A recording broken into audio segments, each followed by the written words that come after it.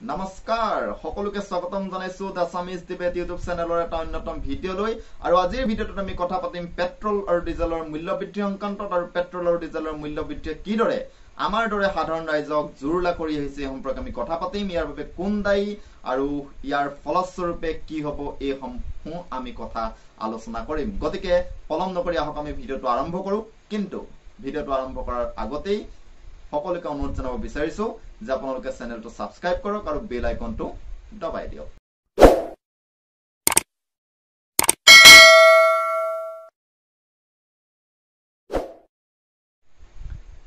নমস্কাৰ 2014 চনৰ আগতে যেতিয়া ভাৰতীয় জনতা পাৰ্টি বিৰোধী আসনত আছিল সেই সময়ত ভাৰতীয় জনতা পাৰ্টিয়ে সেই সময়ৰ চৰকাৰ ইউপিএ চৰকাৰক আটাইতকৈ বেছিকৈ সমালোচনা কৰিছিল পেট্ৰল আৰু ডিজেলৰ মূল্য বৃদ্ধিৰ সংক্ৰান্তত কিন্তু 2014 চনৰ পাছত যেতিয়া নৰেন্দ্ৰ মোদী নেতৃত্বাধীন এনডিএ পুনৰবাৰ ভাৰতবৰ্ষত চৰকাৰ গঠন কৰিলে তাৰ পৰৱৰ্তী সময়ছোৱাৰ পৰা বৰ্তমান সময়ছোৱালৈকে পেট্ৰল আৰু ডিজেলৰ মূল্য কি হৈ আছে সেয়া আমি সকলোৱে নিশ্চয় গম পাইছো আমি সকলোৱে বাতৰি কাকততে হওক বা টেলিভিছনতে হওক বা যি বাস্তৱ পৃথিৱীখনতে হওক আমি দেখা পাইছো যে পেট্ৰল আৰু ডিজেলৰ মূল্য অস্বাভাৱিকভাৱে ওপৰলৈ গৈ আছে আৰু বৰ্তমান সময়ৰ চৰকাৰে সেই পেট্ৰল আৰু ডিজেলৰ মূল্য হ্ৰাস কৰাত কোনো ধৰণৰ সফল হ'ব পৰা নাই আজি আমি ভিডিঅ'টোত এই সমূহ কথা আলোচনা কৰিম যে মূলতে পেট্ৰল আৰু ডিজেলৰ মূল্য বৃদ্ধি কিদৰে হৈছে আৰু পেট্ৰল আৰু ডিজেলৰ মূল্য বৃদ্ধিয়ে কিদৰে আমাৰ দৰে সাধাৰণ জনসাধাৰণক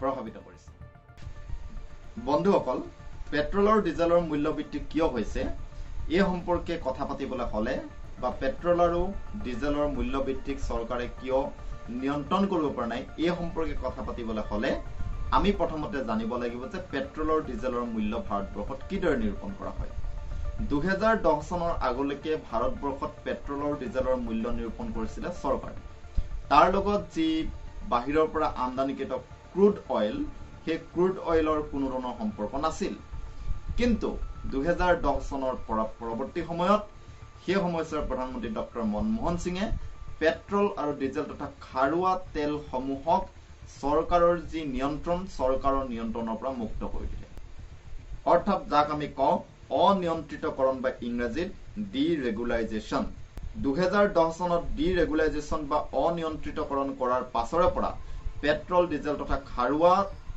তেলজাত যিসমূহ দ্ৰব্যসমূহৰ ওপৰত যি চৰকাৰী হস্তক্ষেপ সেই চৰকাৰী হস্তক্ষেপ কমি আহিলে আৰু বৰ্তমান সময়ত যি পেট্ৰল আৰু ডিজেলৰ মূল্য সেই মূল্যৰ ক্ষেত্ৰত চৰকাৰৰ হস্তক্ষেপ একেবাৰে নাই বুলি ক'ব পাৰি এক অৰ্থত কিন্তু বন্ধুসকল এইকণতে আমি জনাটো প্ৰয়োজন হ'ব যে বৰ্তমান সময়ত পেট্ৰল আৰু ডিজেলৰ মূল্য বৃদ্ধি কিয় হৈছে আৰু পেট্ৰল আৰু ডিজেলৰ মূল্য বৃদ্ধি সংক্ৰান্তত কিয় চৰকাৰক সমালোচনা কৰা হৈছে এইসমূহ কথাৰ উত্তৰ জানিবলৈ আমি লগতে আৰু এটা কথা জানিব লাগিব যে বৰ্তমান সময়ত 2010 চনৰ পাছৰে পৰা যদিও পেট্ৰল আৰু ডিজেলক চৰকাৰী হস্তক্ষেপৰ পৰা আঁতৰাই ৰখা হল বুলি কোৱা হৈছিলে বা কোৱা হৈছে তথাপিও কিন্তু পেট্ৰল ডিজেল তথা অন্যান্য তৈলজাতীয় সামগ্ৰীসমূহৰ ওপৰত চৰকাৰে এক সাংঘাতিক মাত্ৰাত কৰৰ বোজা আৰোপণ কৰিছে এই যে কৰৰ বোজা পেট্ৰল ডিজেল বা অন্যান্য পেট্ৰলজাত সামগ্ৰীসমূহৰ ওপৰত চৰকাৰে আৰোপ কৰিছে তাৰ ফলতে বৰ্তমান সময়ত কিন্তু পেট্ৰল আৰু ডিজেলৰ মূল্য আকাশলংঘী হৈ পৰিছে আমি এটা উদাহৰণ দিব বিচাৰিছো যে 2011 চনত পেট্ৰলৰ ওপৰত যি কৰৰ পৰিমাণ আছিল কেন্দ্ৰীয় চৰকাৰৰ কৰৰ পৰিমাণ আছিল 9 টকা 48 পইচা কিন্তু 2021 চনত সেই কেন্দ্ৰীয় চৰকাৰৰ কৰৰ পৰিমাণ হলগৈ 32 টকা 90 পইচা আৰু ঠিক সেইদৰে ডিজেলৰ ওপৰত 2011 চনত কেন্দ্ৰীয় চৰকাৰৰ কৰৰ পৰিমাণ আছিল 3 টকা 56 পইচা আৰু বৰ্তমান সময়ত অৰ্থাৎ 2021 চনত সেই কৰৰ পৰিমাণ হল 31.80 পইচা গতিকে আপোনালোকে মন কৰিব যে 2011 চনৰ তুলনাত বৰ্তমান সময়ৰ যি পেট্ৰলৰ মূল্য বৃদ্ধি সেই পেট্ৰলৰ মূল্য বৃদ্ধিৰ বাবে চৰকাৰে কোৱাৰ দৰে বিৰোধীয়ে কেৱল জগৰীয়া নহয় বা ক্ৰুড অইলে কেৱল জগৰীয়া নহয় কিন্তু আটাইতকৈ ডাঙৰ যি ফেক্টৰ সেই ফেক্টৰটোৱে হৈছে চৰকাৰে ইয়াৰ ওপৰত আৰোপ কৰা কৰ আমি এতিয়া দেখিলো চেন্ট্ৰেল টেক্স ইয়াৰ ওপৰত বিভিন্ন ৰাজ্যভেদে যি ষ্টেট টেক্স সমূহৰ পৰিমাণো আকৌ বেলেগ বেলেগ আমি সকলোৱে এটা কথা নিশ্চয় জানো যে পেট্ৰল তথা ডিজেলৰ ওপৰত জিএসটি আৰোপ কৰা নহয় তাৰ বিপৰীতে পুৰণা সেই ভেলু এডেড টেক্স ব্যৱস্থা সেই যে ভেট টেক্স ব্যৱস্থাটোকে লগোৱা হয় তাৰ বাবে কেন্দ্ৰীয় কৰৰ পৰিমাণ বেলেগ হয় আৰু ৰাজ্যিক কৰৰ পৰিমাণো বেলেগ হয়। বন্ধুসকল, পেট্ৰল আৰু ডিজেলৰ মূল্য বৃদ্ধি সংক্ৰান্তীয় দ্বিতীয়টো কাৰণ হৈছে আমি বেছিখিনি তেল বাহিৰৰ পৰা আমদানি কৰিব লগা হয়। বৰ্তমান সময়ত ভাৰত চৰকাৰে প্ৰায় 80% ক্ৰুড অইল বাহিৰৰ পৰা আমদানি কৰিছে আৰু তাৰ ফলতেই যি গ্লোবেল মাৰ্কেট বা গোলকীয় বজাৰখনত পেট্ৰলৰ যি উঠানমা, সেই উঠানমাই বৰ্তমান সময়তো ভাৰতীয় ঘৰুৱা বজাৰ ব্যৱস্থাটো পেট্ৰলৰ দামৰ উঠানমাত এফেক্ট কৰিছে বুলি ক'ব পাৰি। কিন্তু এইখনতে আমি যদি ৰিয়েলিটি তথা আমি বাস্তৱলৈ যদি আমি জুমি চাওঁ, তেতিয়া সাংঘাতিক আমি তথ্য দেখা পাম। আমি সেয়া আপোনালোকৰ সন্মুখত উপস্থাপন কৰিছো। বন্ধুসকল, বৰ্তমান সময়ত পেট্ৰল আৰু ডিজেলৰ মূল্যই এক আকাশলংঘী উচ্চতাত উপনীত হৈছে। অতীতত কোনোদিন নোহোৱা ধৰণে পেট্ৰল আৰু ডিজেলৰ মূল্য বৃদ্ধি হৈছে। কিন্তু এইকণ দেখাৰ প্ৰশ্ন উত্থাপন হয় যে গোলকীয় বজাৰতো পেট্ৰল আৰু ডিজেল তথা যি ক্ৰুড অইল, সেই ক্ৰুড অইলৰ দাম বাঢ়িছেনে? যদি আমি সঁচা কথাটো কওঁ যে গোলকীয় বজাৰত কিন্তু ক্ৰুড অইলৰ দাম বঢ়া নাই তথা সেই দাম কমিছেহে। আমি যদি এটা তুলনা লওঁ, 2011 চনত সেই ক্ৰুড অইল বাহিৰৰ বজাৰত গোলকীয় বজাৰত আছিলে $92.69, 92 টকা 69 US ডলাৰ।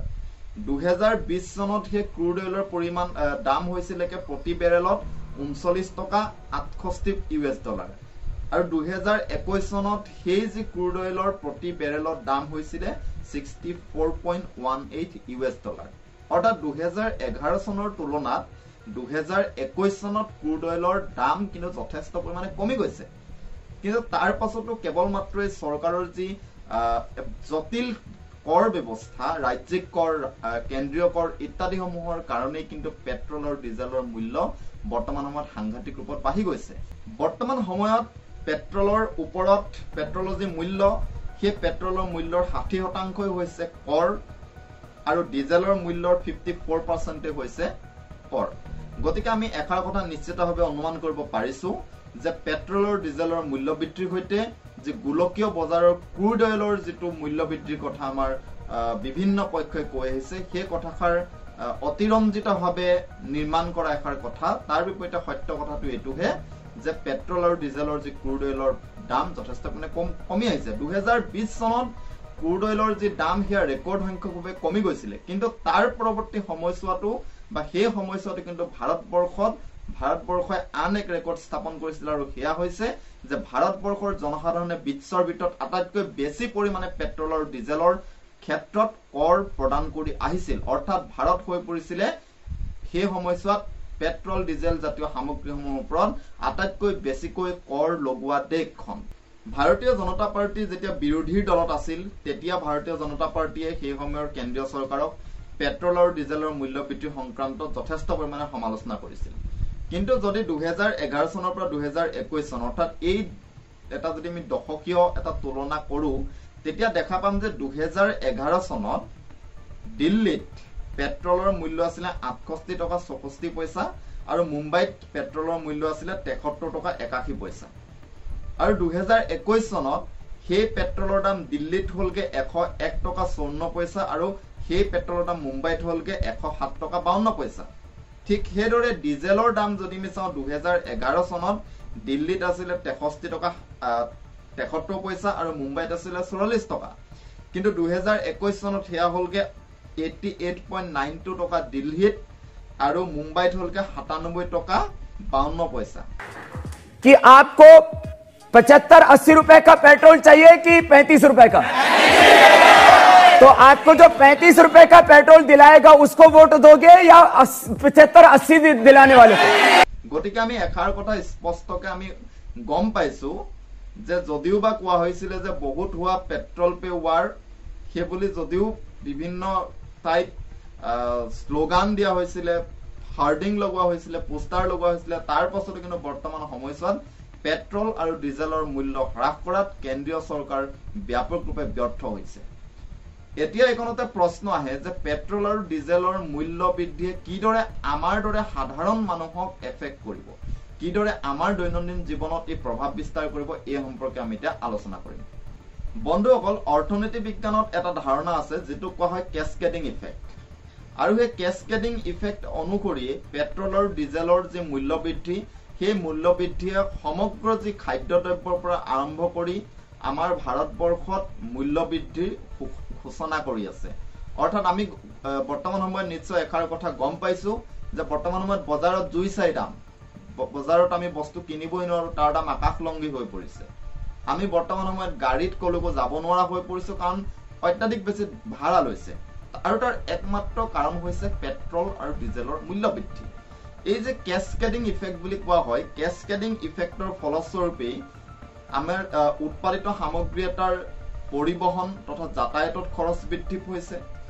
সেই উৎপাদিত বস্তুটোৰ যি প্ৰডাকশ্যন কষ্ট বুলি কোৱা হয়, অৰ্থাৎ যাক কোৱা হয় উৎপাদনী খৰচ, সেই উৎপাদনী খৰচ আগতকৈ যথেষ্ট পৰিমাণে বৃদ্ধি পাইছে। আৰু সেইবাবে যে পৰিবহন আৰু উৎপাদনী খৰচ বৃদ্ধি হোৱাৰ বাবেই সেই বস্তুটোৰ দাম আল্টিমেটলি গৈ বজাৰত বৃদ্ধি হৈছে। তাৰ বাবে আমাৰ দৰে সাধাৰণ গ্ৰাহকসকলে বেছি দাম দি খাদ্য বস্তুকে আৰম্ভ কৰি ঔষধকে আৰম্ভ কৰি বিভিন্ন ধৰণৰ অত্যাৱশ্যকীয় সামগ্ৰীসমূহ আমি অধিক দামত ক্ৰয় কৰিবলৈ বাধ্য হৈ পৰিছো। আৰু সেইদৰে যি আমাৰ যাতায়াত আৰু পৰিবহন উদ্যোগটো, সেই যাতায়াত বা পৰিবহন উদ্যোগটোতো এক সাংঘাতিক মূল্য বৃদ্ধিয়ে দেখা দিছে। আৰু সেই মূল্য বৃদ্ধি আমি যদি এটা প্ৰতিবেদনলৈ যাওঁ, ইকনমিক টাইমছে এটা প্ৰতিবেদন উলিয়াইছিলে কেইদিনমানৰ আগতে, আৰু সেই প্ৰতিবেদনত উল্লেখ আছিলে যে বৰ্তমান সময়ত সমগ্ৰ ভাৰতবৰ্ষতে গড় হিচাপত 10ৰ পৰা 15% দাম বৃদ্ধি পাইছে পৰিবহন উদ্যোগসমূহত। অৰ্থাৎ আগতে আমি যিমান টকা দি এঠাইৰ পৰা আন এঠাইলৈ গৈছিলো গাড়ীত, বৰ্তমান সময়ত তাতকে আমি বহুত বেছি টকা দিব লগা হৈছে। আমি সৰ্বভাৰতীয় পৰ্যায়লৈ নগৈ যদি আমি অসমৰ ক্ষেত্ৰতে যাওঁ, য'ত আগতে 100 টকা ভাড়া আছিলে, এতিয়া বৰ্তমান সময়ত কিন্তু 200 টকাৰো আমি পাৰ হৈ আমি পইচা দিব লগাত পৰিছো। আৰু তাৰ একমাত্ৰ কাৰণ হৈছে যে পেট্ৰল আৰু ডিজেলৰ যে আকাশলংঘী মূল্য আৰু সেই মূল্যৰ ওপৰত চৰকাৰৰ নিয়ন্ত্ৰণহীনতা। পেট্ৰল আৰু ডিজেলৰ মূল্য বৃদ্ধিয়ে কৰিব পৰা আটাইতকৈ ভয়ংকৰ কামৰ ভিতৰত 3 নম্বৰ কামটো হৈছে উৎপাদনৰ প্ৰতি নিৰুৎসাহ সৃষ্টি কৰা। বৰ্তমান সময়ত যে সৰু সৰু উদ্যোগসমূহ আছে, যিসমূহক আমি MSME বুলি কওঁ, অৰ্থাৎ মধ্যমীয়া আৰু ক্ষুদ্ৰ উদ্যোগসমূহ তথা নতুনকে অহা যিসকল উদ্যোগী, তেওঁলোকে বৰ্তমান সময়ৰ বজাৰখনত পেট্ৰল আৰু ডিজেলৰ মূল্য বৃদ্ধিৰ কাৰণে সেয়া তেওঁলোকৰ পৰিবহনকে ধৰি উৎপাদনী কষ্টবিলাক অত্যাধিক বেছি বাঢ়ি গৈছে, যাৰ বাবে তেওঁলোকে বৰ্তমান সময়ছোৱাৰ অৰ্থনীতিত তেওঁলোকে এটা নতুন উদ্যোগ খোলা বা তেওঁলোকৰ নতুন উদ্যোগটো চলাই নিয়াত তেওঁলোক নিৰুৎসাহিত হৈ পৰিছে। আৰু তাৰ ফলত বৰ্তমান সময়ৰ যি অৰ্থনীতি, সেই অৰ্থনীতি স্থবিৰ হৈ গৈছে। আমি ইতিমধ্যে সকলোৱে নিশ্চয় জানো যে ভাৰতবৰ্ষৰ GDP বৰ্তমান সময়ত নিগেটিভত আছে, ঋণাত্মক সংখ্যাত আছে। আৰু তাৰ ভিতৰত আটাইতকৈ যিকেইটা গুৰুত্বপূৰ্ণ কাৰক, সেই গুৰুত্বপূৰ্ণ কাৰককেইটাৰ ভিতৰত কিন্তু পেট্ৰল আৰু ডিজেলৰ মূল্য বৃদ্ধিও অন্যতম।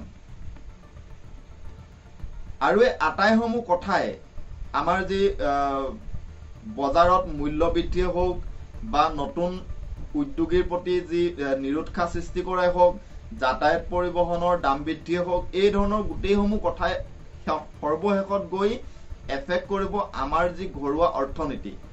অৰ্থাৎ ভাৰতবৰ্ষৰ অৰ্থনীতিৰ যি ৰিভাইভেল প্ৰচেছটো, সেই ৰিভাইভেল প্ৰচেছটো একেবাৰে লেহেমীয়া হৈ পৰিব তথা আমাৰ অৰ্থনীতি শেষত গৈ স্থবিৰ হৈ পৰিব। আমাৰ জনসাধাৰণ আৰু যি বজাৰৰ মাজত এটা সাংঘাতিক ধৰণৰ গেপ আহি যাব। আৰু সেই যি মাৰ্কেট পিপুল গেপ বা মাৰ্কেট কনজিউমাৰ গেপ, সেই মাৰ্কেট কনজিউমাৰ গেপটোৱে সৰ্বশেষত গৈ কিন্তু ভাৰতীয় অৰ্থনীতিক পুনৰবাৰ কিন্তু 1991 চনত যিদৰে হৈছিলে হঠাৎ স্থবিৰ হৈ গৈছিলে, ঠিক তেনেধৰণৰ এটা আমি ভয়ংকৰ ভৱিষ্যতৰ দিশলৈও আমি কিন্তু গৈ আছো। গতিকে আজিৰ ভিডিঅ'টো ইমানতে আমি সমাপ্ত কৰিব বিচাৰিছো। ভিডিঅ'টো আপোনালোকে ইমান সময়লৈকে যদি চালে তাৰ বাবে আমি সকলোকে ধন্যবাদ জ্ঞাপন কৰিছো। আৰু যদিহে ভিডিঅ'টো চাই ভাল পালে তেতিয়া লাইক কৰিব, শ্বেয়াৰ কৰিব আৰু এই চেনেলটো ছাবস্ক্ৰাইব কৰি বেল আইকনটো দবাই দিব। ধন্যবাদ, সকলো ভালে থাকক।